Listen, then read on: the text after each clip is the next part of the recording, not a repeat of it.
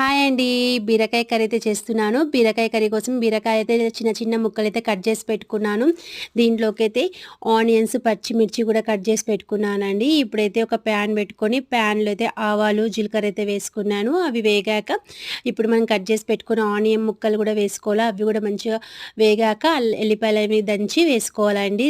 అవి కూడా వేగాక ఇప్పుడు మనం పసుపు అయితే యాడ్ చేసుకోవాలా. పసుపు వేశాక ఇప్పుడైతే మనం కట్ చేసి పెట్టుకున్న బీరకాయ ముక్కలన్నీ దాంట్లో అయితే వేసుకోవాలా. ఇవి మంచిగా ఫ్రై చేయాలా. ఫ్రై అయినంక కొంచెం కారము, సాల్ట్ అయితే వేసుకోవాలా. సరిపడేంత సాల్ట్ వేసుకోండి. ఇప్పుడు మంచిగా కర్రీని మొత్తం కలపాలండి.